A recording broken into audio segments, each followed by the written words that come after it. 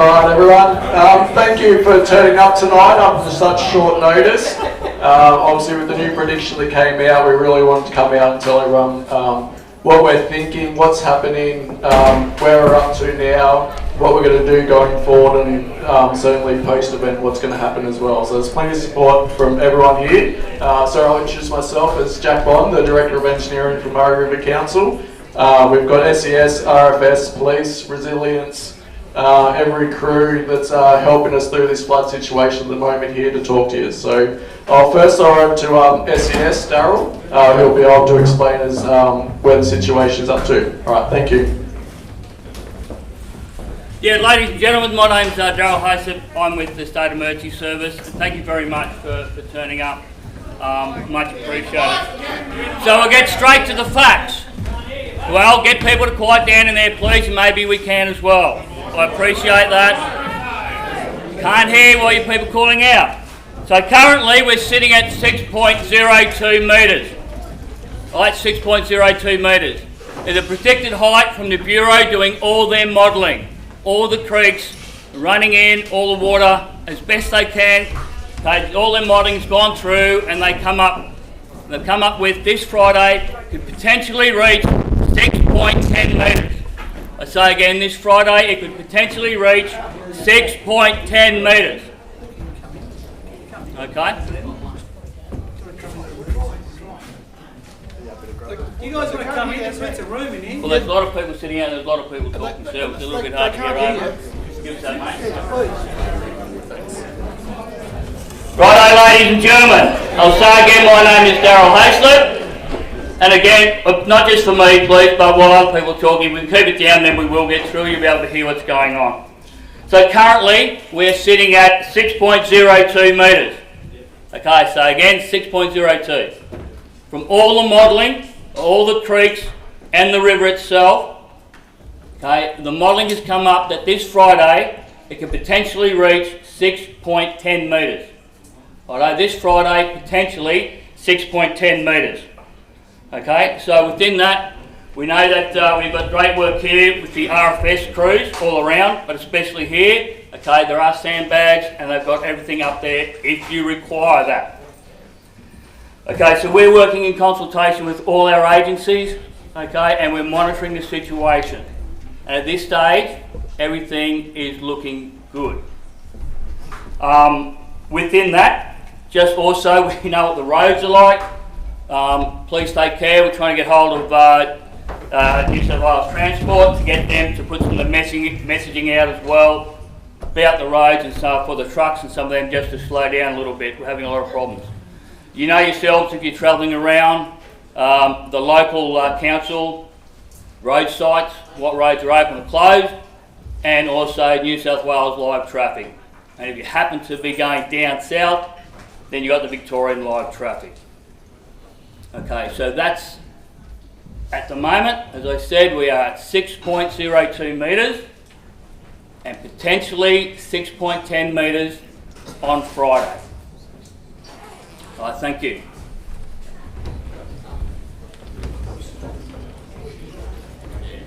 Good evening all. I'm Craig McIntyre. I'm with the Rural Fire Service. I'm a planning coordinator from over at Batemans Bay.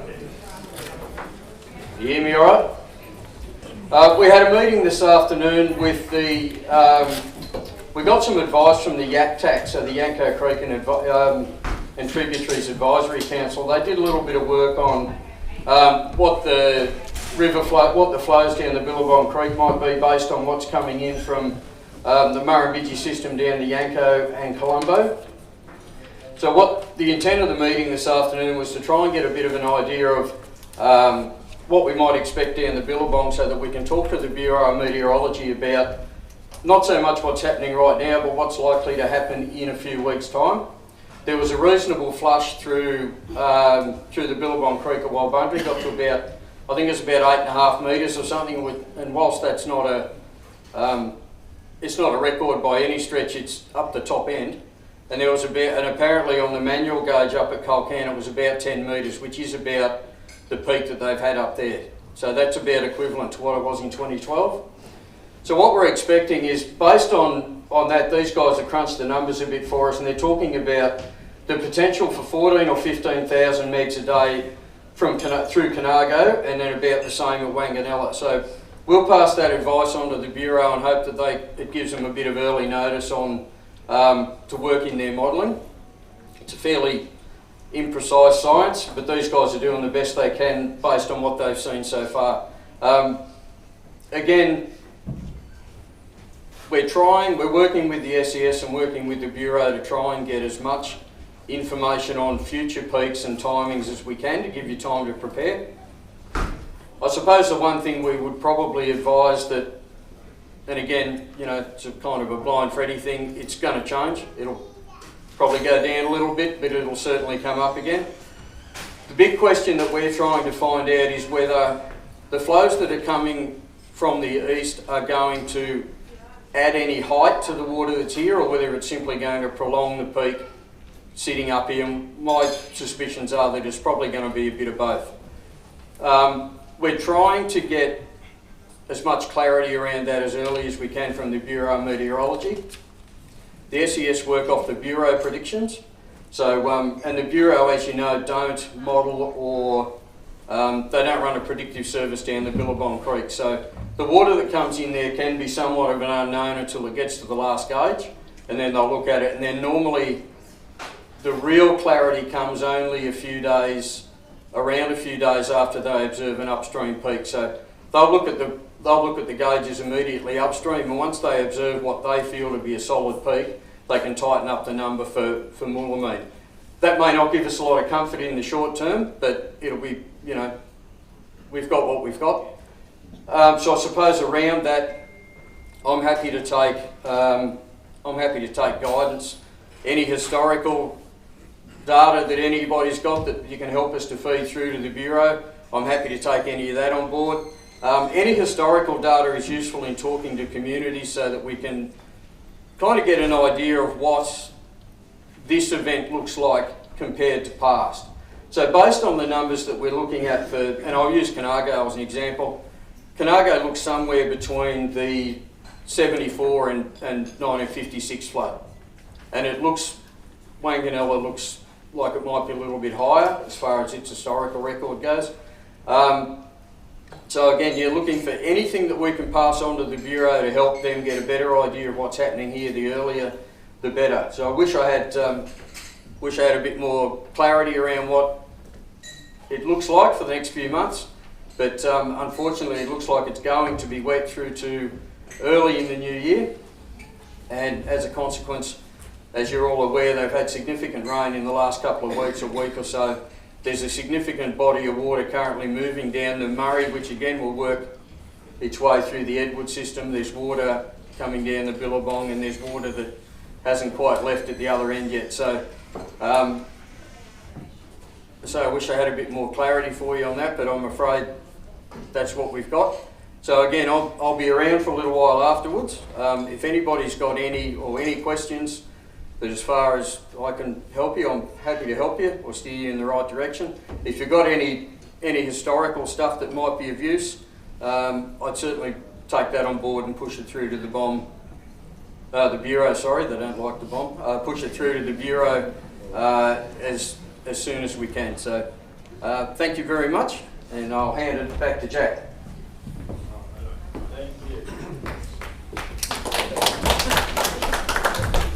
Thank you. Well, I'll very quickly hand pass this straight on to our local sergeant as well from police. Good evening everyone, Chris Matthews my name. I'm the Sergeant and Officer in charge of the Barham Policing Sector at the moment. From me, I'll just keep it short and sweet. Just a couple of things I want to reiterate, which is the flood waters over the roads. The old adage of don't drive through flood waters. Please don't. There's been a few incidents of road closed signs being ignored and we've had to rescue people. So just to reiterate that. From a policing perspective, we've got additional resources in Murray Downs, Moulamein and Barham.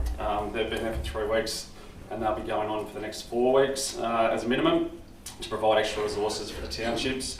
We also have a contingent of operational support group police that are based at Deniliquin, and they're being tasked daily as required to either Moulamein, Barham or Moulamein. Apart from that, if you do have to leave your home or you do decide to leave your home, we just ask you to leave a note on the front door. There's also, that just helps us if we do have to do door knocks or we do get a concern for welfare. If there's a note there with a contact number or some details, that just puts our mind at ease that we know where you are. There's also a reporting system, which is the police assistance line. The number for that is 131 444. I'll repeat, 131 444. If you are going to leave home, ring that number, give them your details, tell them what's happening. That'll get disseminated through our local stations here, so if we do look up your address, it'll link up to, okay, you've left home, these are your details, and this is where you're going. Apart from that, that's about it from the policing perspective. Like I said, we do have these additional resources, so if you are required to leave your home and you do notify us, we'll do our best to get there to ensure your home safety, keep an eye on your belongings, but obviously practicality, keep your house safe, secure your belongings and things like that, and we'll do the best we can. But that's it from the police. Jack? Excellent, thank you. Well, that's enough from our sprinters, so we're here for the short term to deal with the flood. We'll talk to our marathon runner now, which is New South Wales Resilience, who are here for the months to deal with the recovery of the flood. Thank you. Lucky.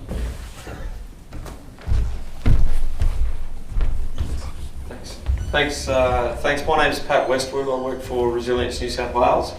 I've currently come over from Albury, so this is our local area for Riverina and Murray.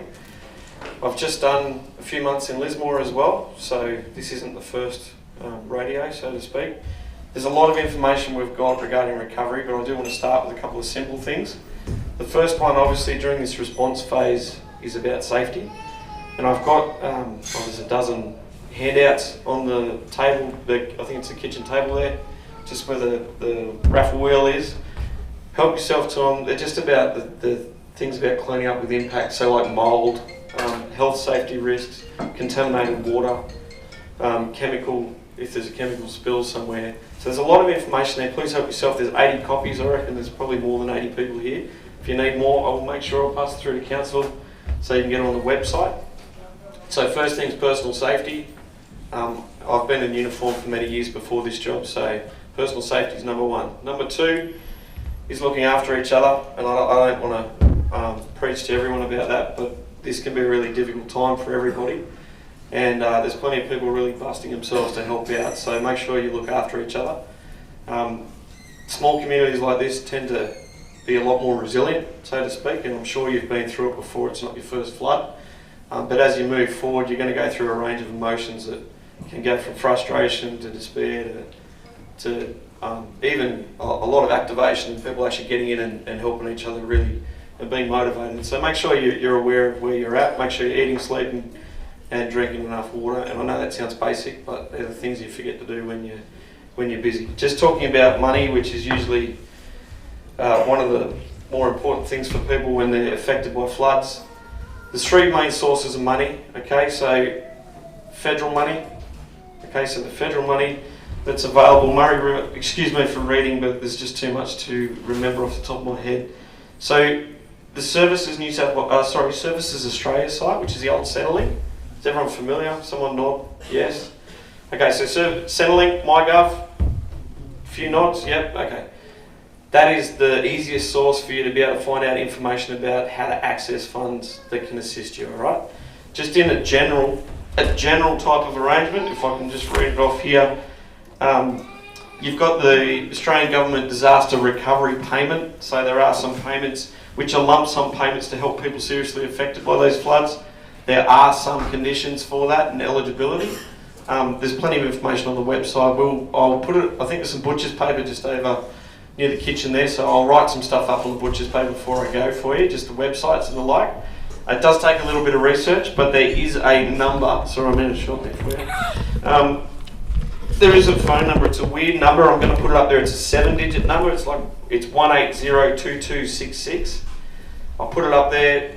Don't try and put an extra zero in it. It actually works. I tried it the other day. So I'll put that on the thing for you. You can ring them. You might be on hold for a bit, but they will give you the information you need. So the first one's that disaster recovery payment. The second one is a disaster recovery allowance, and that's for loss of income due to a direct result from flooding. This local government area is eligible for that, so you can check that up. I think it's like 13 weeks that are eligible, so 13 weeks of lost income. So please check that out. That's for individuals, so not businesses, individuals. But I'll leave you to have a look at those. These things will become more important later for you, but in the early stage, it's better you know where to find it.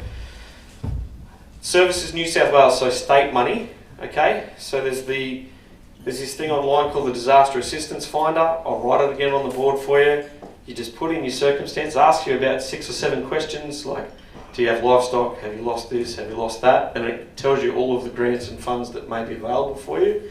They're not all available for you, but you might find something in there that is going to be useful. So I'll leave you that one as well.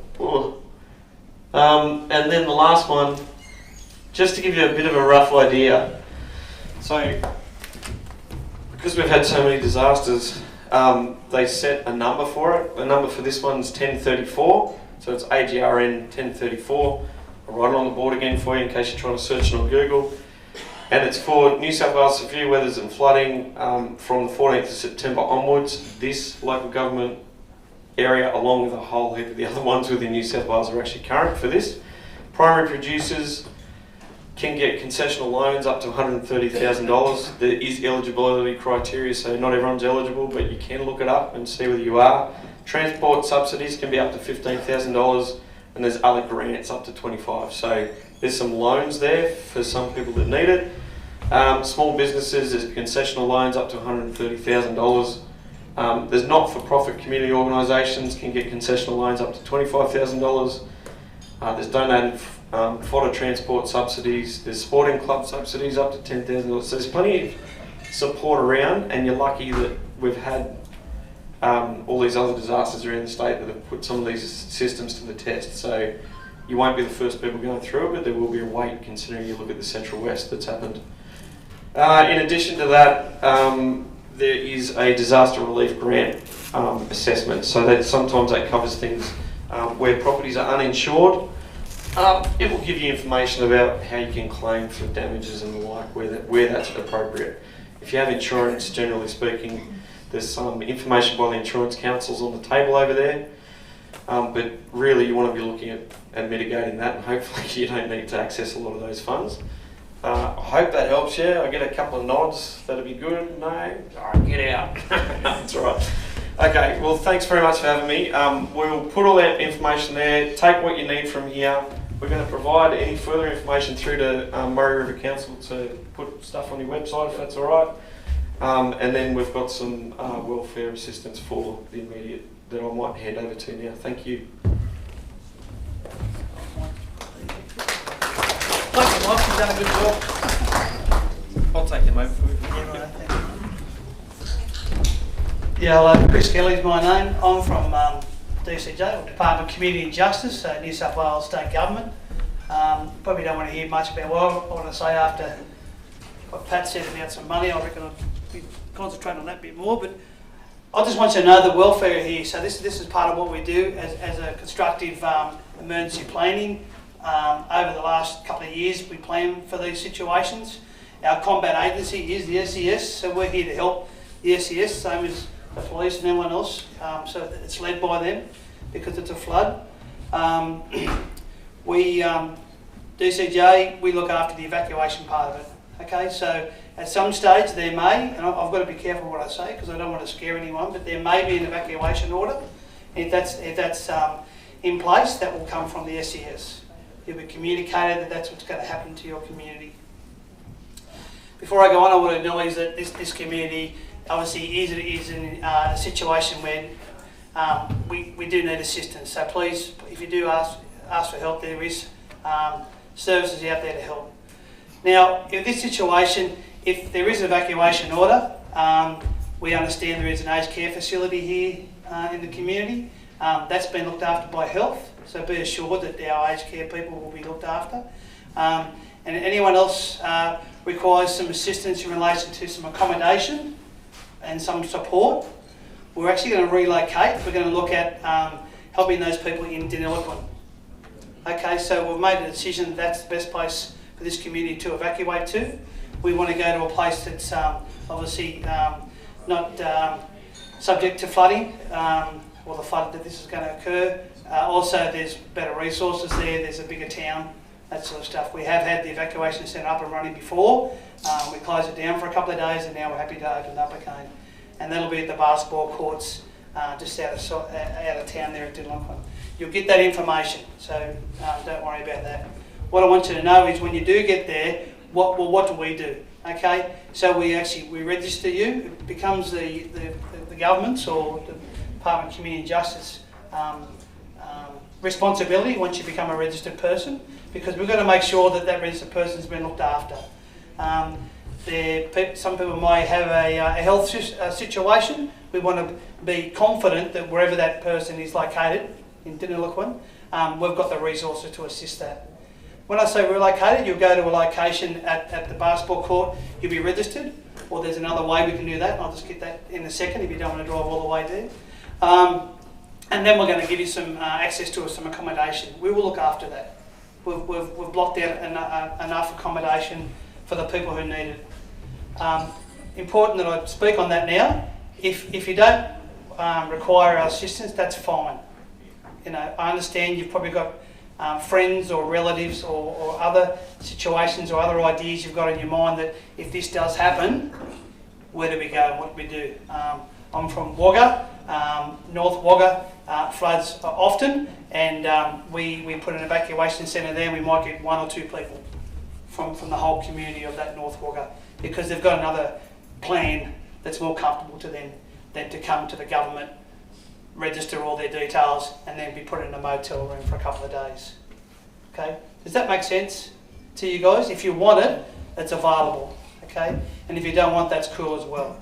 Okay, so the best way for us to do that, because in 2016 I understand there was a registration point here in the town. We've actually advanced from that, so we feel as if there's a better way of doing it, and that's via the phone, and there's a phone number on some sheets there. There's also the QR code. If you don't want to write the phone number down, you can just jump past and put the QR code like we did with COVID, and all the information will be there. And they'll ask you some specific questions: your name, address, where are you being inundated, or are you leaving, that sort of stuff. Does that make sense? I've also represented or come on behalf of DPI and ASFA, so they're the people who look after stock animals, domestic animals. The fellow couldn't make it here tonight, so we sort of work hand in hand at the evacuation centre. So we just want you to know there's a pamphlet there. It's got some phone numbers there. I wish I actually had a pamphlet there now. But there's a number for stock for farmers who have issues with their stock. Excuse me, I don't know too much about it, but it's not my gig, but I just want to read from this. The goggles on. Okay, for emergency assistance, call the Agriculture and Animal Service hotline. That's a 1-800 number. And so even if you're concerned about emergency fodder, emergency water for your animals, an assessment from a vet, stock burials or euthanasia, stock feeding and management advice, all those sort of things, just we encourage you to ring that 1-800 number, because then they can give you that advice. If you are taking up the offer to come to the evacuation centre and we end up taking your details and putting you in a motel for a week or so, please don't think that's it. It's not it. We just reassess you each week, as you would probably expect.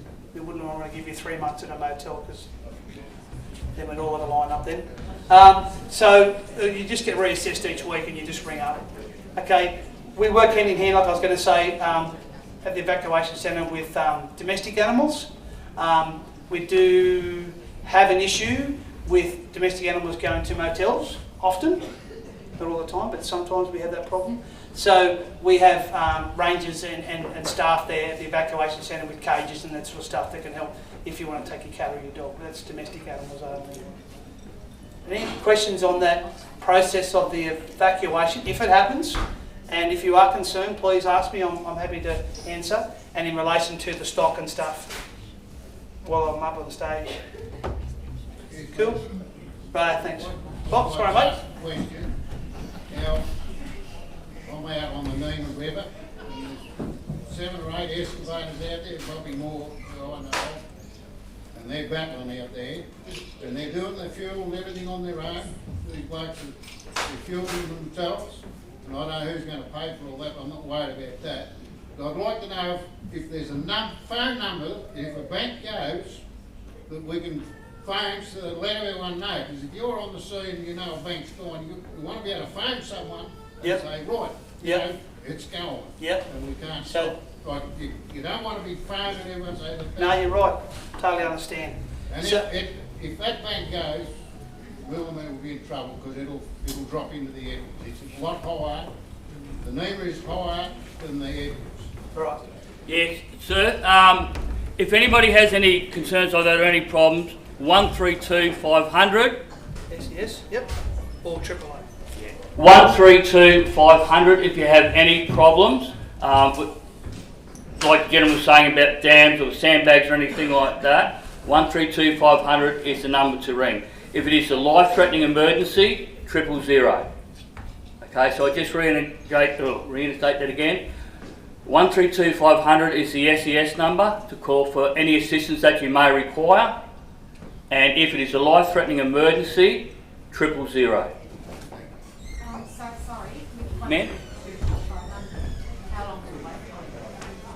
The question went over here was, with 132 500, how long is the wait time?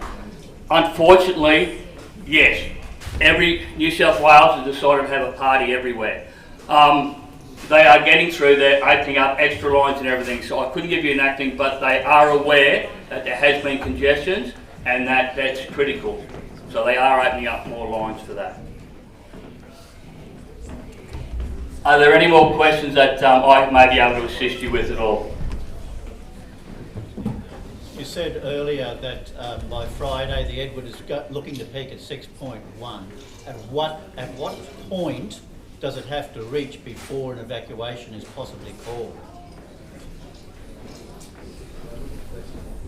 The question was, at what point would the river reach for us to an evacuation to be called? That's something we just don't tread into lightly at all. I'd have to get back to you with an exact on that, sir, because I don't have the complete figures. We have a point at the levee. We work off the levee heights, and that's in with council. Very wary of what has happened in the past, okay, and we don't want to alarm anyone with those sort of things. However, again, as I was saying, working with the agencies, if that was to happen, that would be well and truly notified, and I get your details after if you like and get an answer for you. Sir. Sorry, I wanted a bit of clarification because the SES put out advice, I think about 24 hours ago, as a prepare to isolate for Moulamein Township. And I just wanted to know how that would figure into evacuation plans. Like if we're being told to prepare to isolate, does that mean that by the time any evacuation is called, then we might actually just be cut off from being able to go to somewhere like Denny anyway? Yeah, so with the isolations, and there's quite a few have come out, I make no excuses for that. I make no excuses at all. With that, it is preparing for isolation. It's also a lot of that is to do with rural, so that people can get into town and get any supplies that they need. And in the same instant, if you find for some reason you are isolated and you do need household goods, medicines, 132 500. Okay, the only thing they won't deliver, unfortunately, is alcohol and cigarettes. But it's 132 500. So that's it. That's preparing to isolate is getting people ready and getting people into a frame of mind that there are things happening. Okay, that's what it is. Just getting ready to that frame of mind, and then the next step, and that's where we don't want to go, is what your question was, sir, is at what level. As I said, I'll get back to you with that. Any other questions at all, ma'am? I've come to Swanhill today. I can't hear you, ma'am. Sorry. I've come to Swanhill today. There is water halfway across the road between here and Coline. How long? Like, I know we're going to be here. Obviously, it's going to peak out here. How long before that road is cut? We can't go that way. And also, how long before we can't go to Denny as well? I wouldn't be able to give you any exact figures. What's coming up and coming down.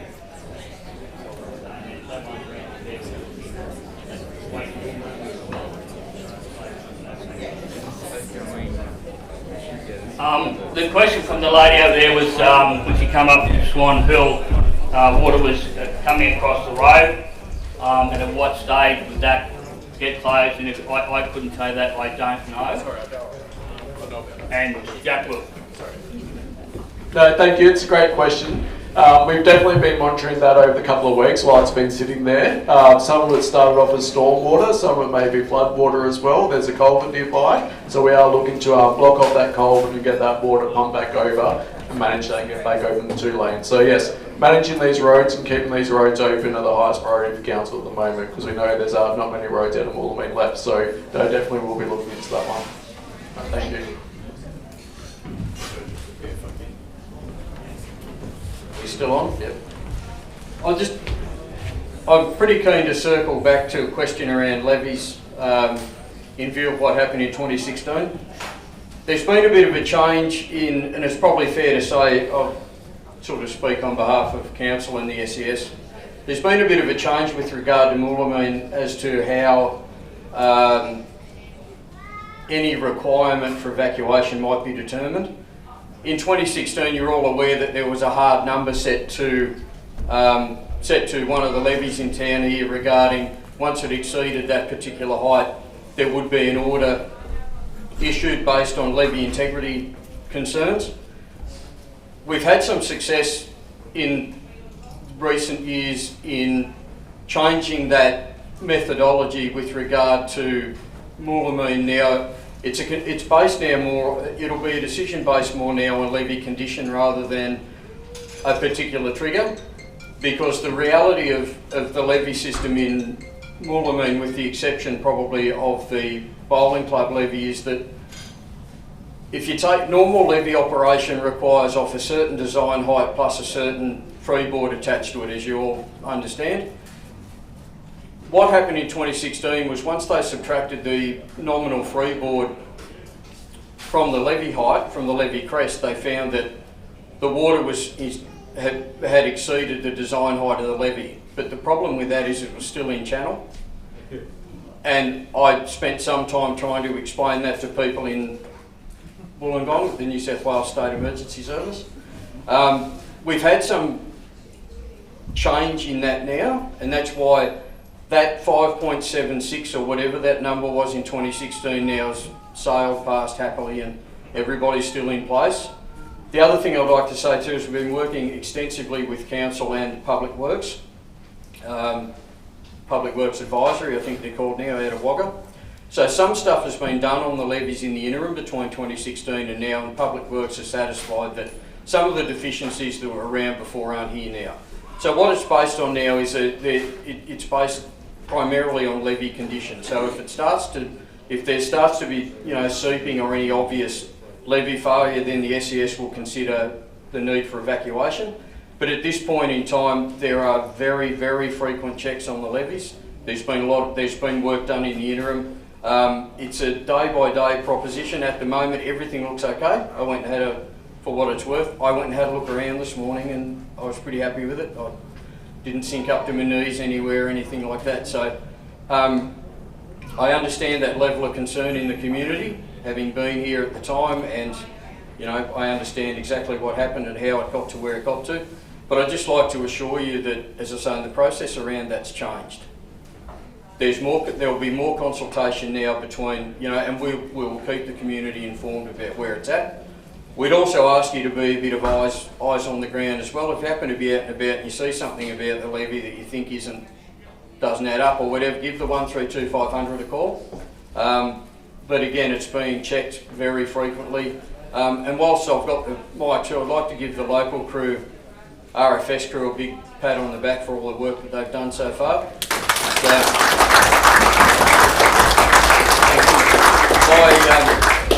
My apologies for missing them first time around. I did mean to do it, but grey hair, old age, forget things, So again, thanks. But I'd also like to let you know that occasionally there's out of town assistance coming in to give the locals a bit of a spell. So we're working on rotating some teams through to give everybody a bit of a rest, given that this thing's not going to end tomorrow. So we're expecting it to go sort of out into the new year. So again, We'll continue to work with Council and the SES regarding the levies and bits and pieces, and we'll continue to support the community through the provision of response teams and bits and pieces. So again, thank you, and thanks again to the local brigade. I'd just like to say thank you to the RFS for coming to our house today and putting up banks and stopping our place going under, and also the guys from West Australia that helped round up the sheep that were let out and our lambs that were on the main road.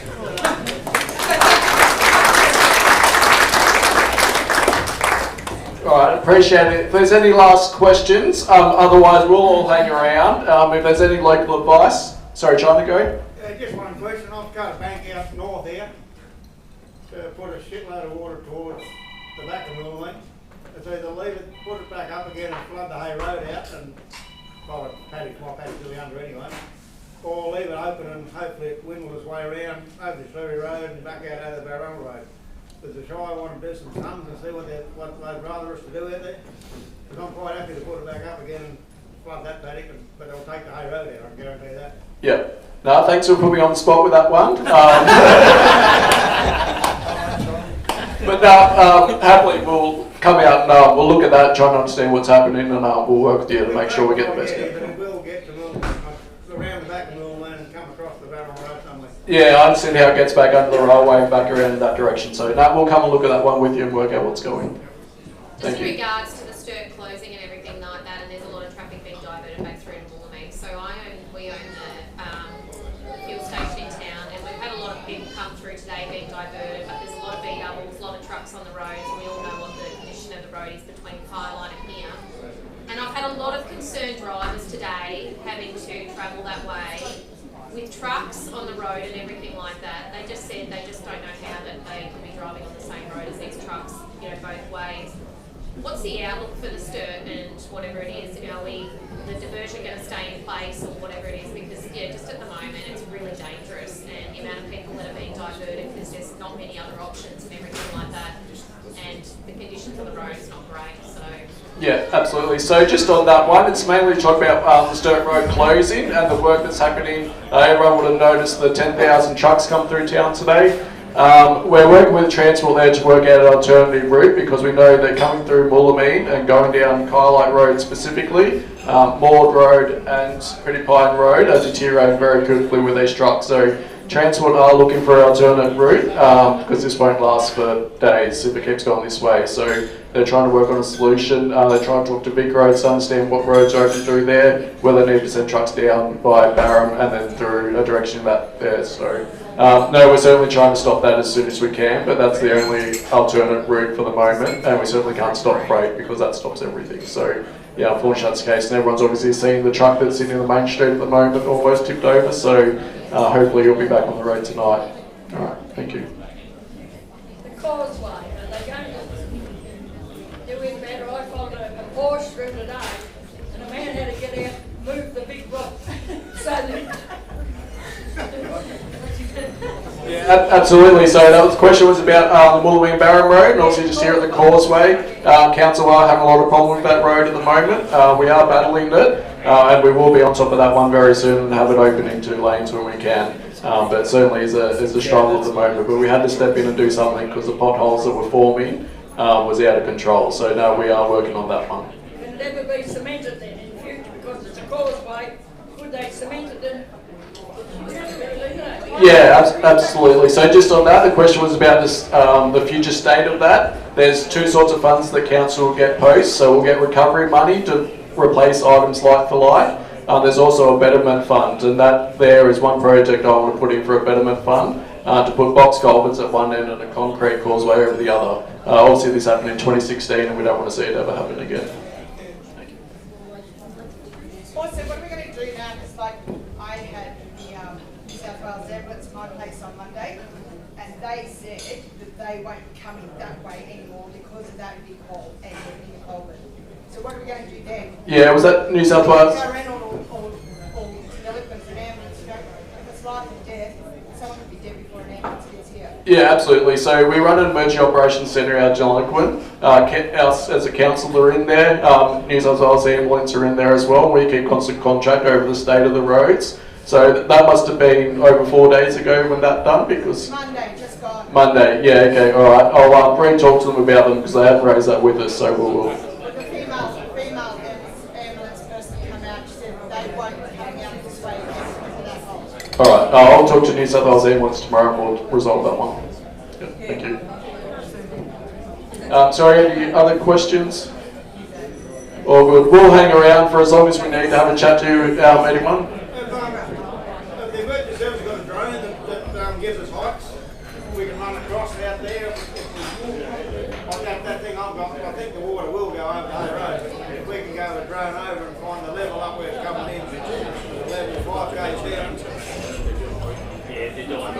Yeah, I'll just head back over. There's a lot happening in that space that SES are across.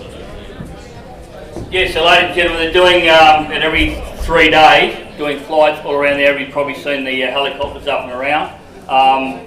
They're doing roughly every 3 days, and then if required, we have calls, like the gentleman said, a levy or whatever. We've had a few of them in various other areas, and we've sent the helicopters out straight away. So with the helicopters, they have some there. One's called a Firebird 100. It does actual mapping, so it brings it down to a point where we can get addresses and all that sort of stuff. So up there is a lot of technological stuff going on to help us, hopefully, down here. But that's what we're doing with the helicopter flights. There are some crews, and understanding what you're saying, sir, we have to get them through RFS and all that, and Surf Life's New South Wales. And we've already put in to try and get some there. Unfortunately, this stage, they dragged away a bit, but soon to be released and come in because we keep saying we are down here as well. Is any of that aerial data open source released publicly? Or No, sir, no, it's not.